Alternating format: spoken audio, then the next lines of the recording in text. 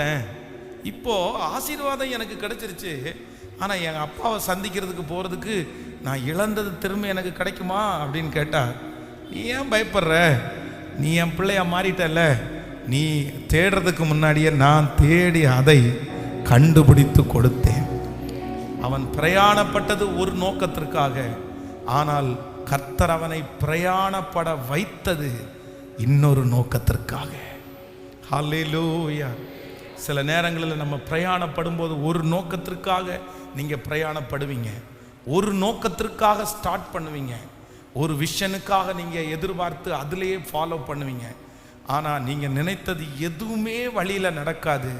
நீங்கள் கலங்காதீங்க, உங்கள் விஷன் அங்கே நிறைவேறிடும்.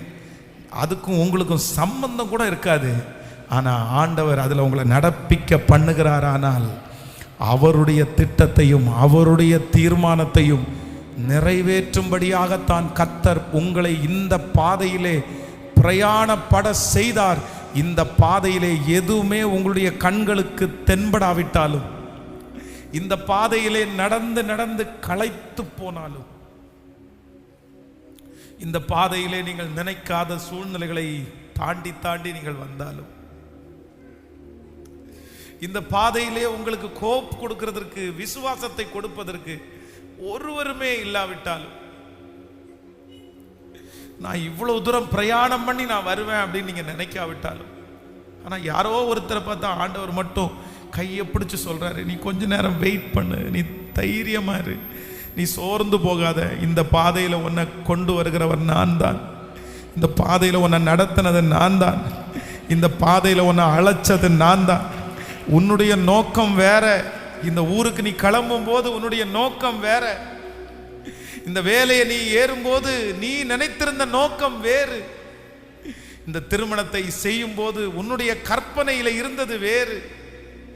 நான் வேற மாதிரி இல்ல ஆண்டவரே நினைச்சு நான் ஃபாலோ பண்ணேன், நான் வேற மாதிரி நினைச்சில்ல ஆண்டவரே நான் ஸ்டார்ட் பண்ணேன், ஆனா நான் வழி நடக்கும் போதெல்லாம் எனக்கு வேற மாதிரி வித்தியாசமா நடக்குதே, நான் நினைச்சது எதுவுமே கைகூடி வரலையே, எல்லாமே தோற்று போய் ராங் ரூட், தப்பான வழியில நான் வந்துட்டேன், தப்பான வழியில நடந்துட்டேன். ஆனா கர்த்தர் மட்டும் தூரத்தில் இருந்துட்டு, இல்ல நீ வர வழி சரியானது தான், அது நான் உனக்கு நியமிச்சது தான், இது என்னுடைய வழிதான், எந்த தீங்கும் உன்னை அணுகாது, எந்த தீங்கும் உன்னை அணுகாது. எல்லாருடைய கைகளை வானத்துக்கு நேராய் உயர்த்தி, யாரோ ஒருத்தர ஆண்டவர் பலப்படுத்துறத நான் உணர்றேன், யாரோ ஒருத்தர ஆண்டவர் பலப்படுத்துறத உணர்றேன்.